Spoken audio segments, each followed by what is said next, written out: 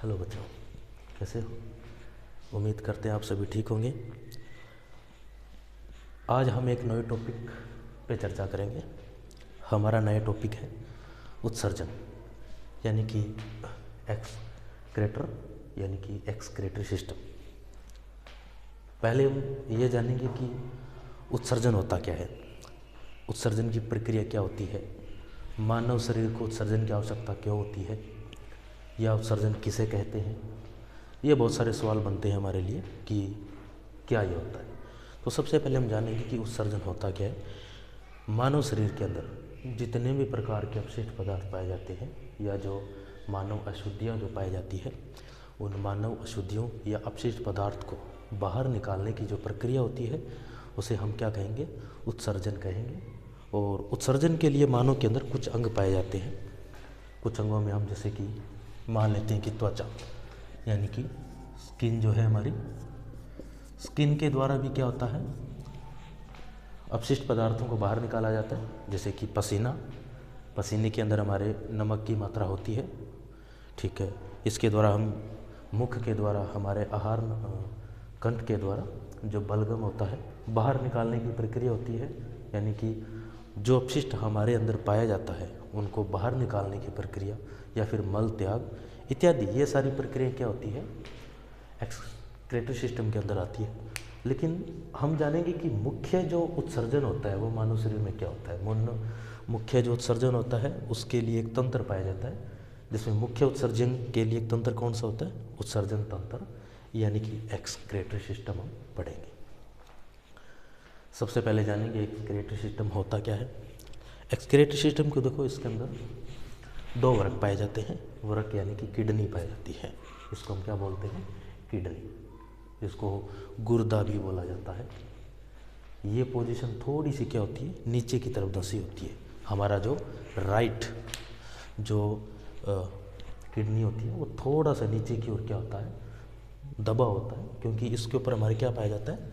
यहाँ पे लंग्स पाया जाता है, सॉरी लीवर, जिसको यकृत बोला जाता है, जिसके कारण ये थोड़ा सा नीचे की ओर दबा होता है। और ये दो प्रकार की यहाँ पे, एक तो होती है एरोटा, और एक इसको अपने बोल सकते हैं एक प्रकार की महाशिरा और धमनी। ध्यान से समझेंगे कि महाधमनी और महाशिरा का कार्य यहाँ पे क्या है। जिसको महाशिरा बोला गया है, जिसको वीना कावा बोला जाता है, और जो हमारे रेड कलर की दर्शाई जाती है उसको अरोटा, यानी कि महाधमनी बोला जाता है। कार्य क्या होता है इसका? इस अरोटा के द्वारा ये जो हमारी अरोटा होती है, इसके द्वारा क्या होता है? ब्लड आता है। ये जो ब्लड होता है, शुद्ध हो वो शुद्ध हो वो बात नहीं करेंगे। ये जो जो ब्लड होता है वो होता है डर्टी, यानी कि मैला होता है, अपशिष्ट होता है। इस अपशिष्ट को क्या होता है? शुद्धिकरण की आवश्यकता होती है। शुद्धिकरण के लिए इस भाग द्वारा ब्लड इसके अंदर आता है। वो ब्लड क्या होता है? उसके अंदर यूरिया, यूरिक एसिड, अन्य नाइट्रोजन अपशिष्ट पदार्थ, ये सारे क्या होते हैं? घुले हुए होते हैं। ध्यान से देखना, ये जो होती है हमारी, जिसको हम क्या बोलते हैं? महाधमनी, यानी कि अरोटा, इसके द्वारा ब्लड आता है। इसके द्वारा ब्लड क्या होता है?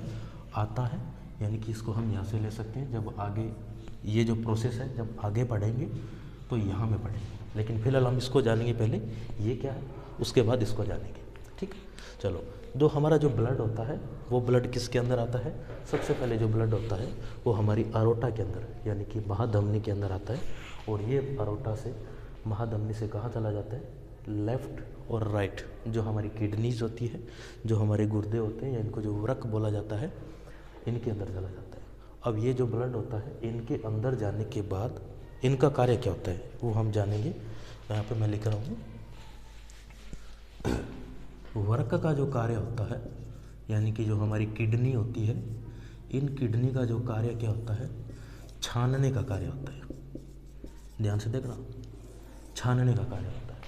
लेकिन रक्त को शुद्ध करने का कार्य जो होता है वो तो हृदय और फेफड़ों के बीच में होता है। हृदय को शुद्ध करने का जो कार्य होता है वो फेफड़ों का होता है, लेकिन इसको जो छानने का जो कार्य होता है, छानने का कार्य हमारे विक करते हैं, यानी कि हमारी किडनीज जिसको गुर्दा भी बोला जाता है।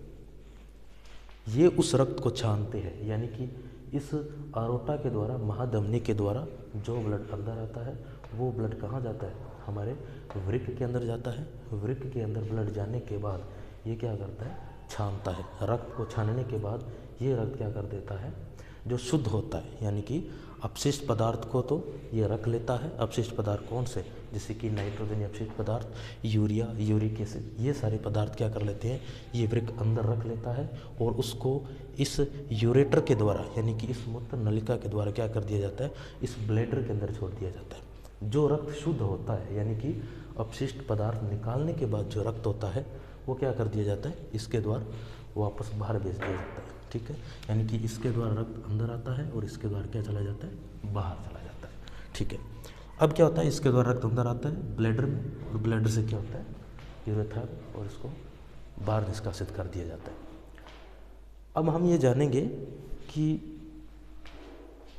उत्सर्जन के अंदर वृक्क के अलावा जो मुख्य जो कार्य होता है, छानने का जो कार्य होता है, वो एक तंत्र होता है। एक तंत्र यानी उत्सर्जन तंत्र के अंदर भी एक छोटा भाग होता है जो कि हमारे वृक्क के अंदर पाए जाते हैं, जिनको नेफ्रॉन बोला जाता है। ये जो नेफ्रॉन होते हैं उनकी संख्या लाखों में होती है, एक नहीं होती, दो नहीं होती, काफ़ी लाखों में होती है, जिनकी बात हम कर रहे हैं। ये जिनको क्या बोला जाता है, नेफ्रॉन्स। नेफ्रॉन और हिंदी में इसको वृकाणु बोला जाता है। ठीक है, ये जो विक्राणु होता है, वृकाणु है ना। अब ध्यान से देखेंगे, इस वृक्क के अंदर, इस छोटे से वृक्क, किडनी या गुर्दा के अंदर और इसके अंदर, दोनों के अंदर क्या पाए जाते हैं, नेफ्रॉन्स पाए जाते हैं। कितने होते हैं, लाखों की तादाद में होते हैं। और ये जो लाखों नेफ्रॉन्स जो क्या करते हैं, रक्त को छानते हैं। कैसे छानते हैं, देखो हम इसी कंसेप्ट को लेंगे, जो रेड कलर की जो यहाँ पे एक कैपिलरी जो दिखाई गई है, जिसको हम अरोटा बोल रहे हैं, इसको हम यहाँ ले रहे हैं। ब्लड क्या करता है, इसके अंदर आता है, जो हमारा शुद्ध हो या अशुद्ध जिसको हम मान रहे हैं, जिसके अंदर डर्टी पार्टिकल्स होते हैं, यानी कि यूरिया, यूरिक एसिड, ये सारा जो ब्लड होता है इस वृक्क के अंदर, इन नेफ्रॉन के अंदर पाया, कहाँ जाता है, इसके अंदर। ये जो आर्टरी है, यानी कि जो धमनी है, इसके अंदर आता है और इसके द्वारा देखो वृकाणु, यानी कि इसके चलता हुआ आगे जाके कहाँ आ जाता है, बोमन संपुट, यानी कि बोमन्स कैप्सूल। जो ब्लड इस आर्टरी द्वारा इस बोमन कैप्सूल में आता है, आने के बाद यहाँ पे छानने की प्रक्रिया होती है। यहाँ पे जो प्रोसेस हुई थी उसी को मैं यहाँ पे एक्सप्लेन कर रहा हूँ। यानी कि जो ब्लड इस आर्टरी में आता है, आर्टरी में आने के बाद इस बोमन्स कैप्सूल यानी कि बोमन संपुट में आता है। इस बोमन संपुट के अंदर एक जाल पाया जाता है, जिसको कैसिका गुच्छ और इसको ग्लोमेरुलस भी बोलते हैं। इस बोमन्स कैप्सूल के अंदर होता है ये पार्ट। ठीक है, अब क्या करता है, ये बोमन्स कैप्सूल यानी कि बोमन्स कैप्सूल के अंदर जो ग्लोमेरुलस होता है, ये ग्लोमेरुलस इस ब्लड को क्या करता है, छानता है। रक्त को छानने के बाद यहाँ पे दो कंसेप्ट होते हैं, और पुनः अवशोषण की प्रक्रिया जो होती है वो उत्सर्जन के अंदर होती है। पुनः अवशोषण के अंदर रीऑब्जेक्शन की जो प्रक्रिया, पुनः अवशोषण यानी कि रीऑब्जेक्शन।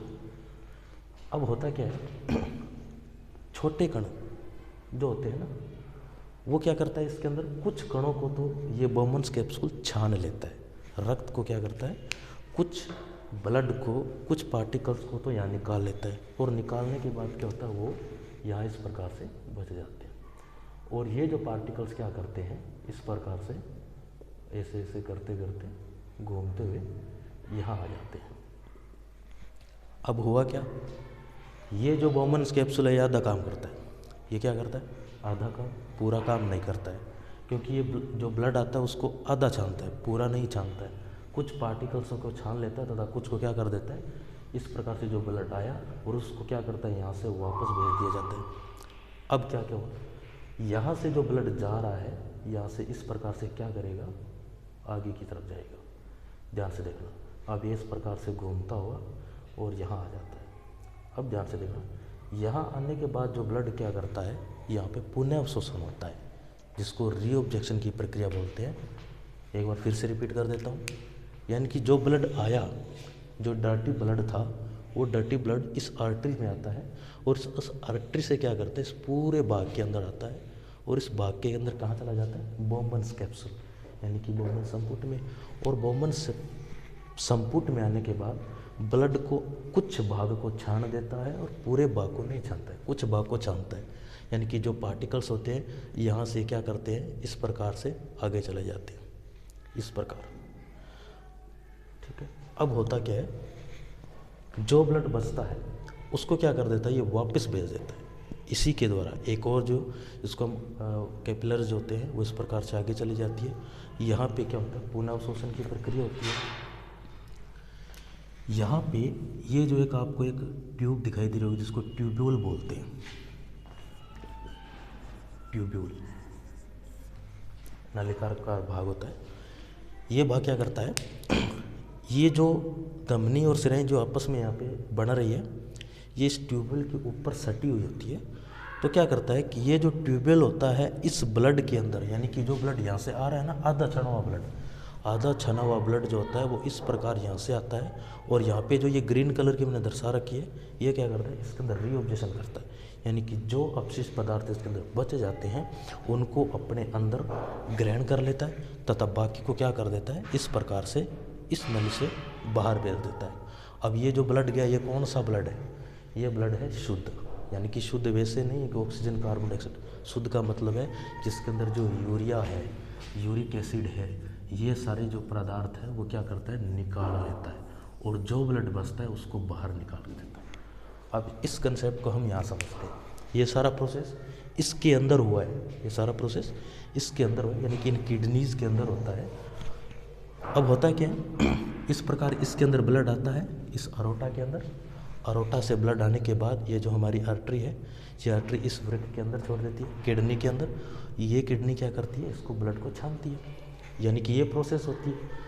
छानने के बाद क्या होता है, जो ब्लड शुद्ध होता है, यानी कि छानने के बाद जो ब्लड छन जाता है, छना हुआ जो ब्लड होता है वो क्या कर देता है, इस भाग से बाहर आता है और इस प्रकार कहाँ चला जाता है, शरीर के विभिन्न अंगों में।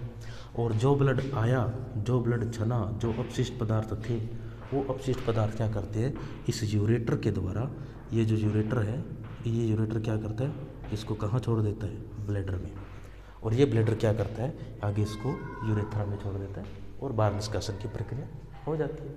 बस इतना सी कंसेप्ट है उत्सर्जन, यानी कि एक्सक्रीटरी सिस्टम। एक बार छोटा सा फिर से एक्सप्लेन कर देता हूँ। निष्कासन की प्रक्रिया यानी उत्सर्जन क्या होता है, मानव शरीर में अपशिष्ट पदार्थों के निष्कासन की प्रक्रिया होती है।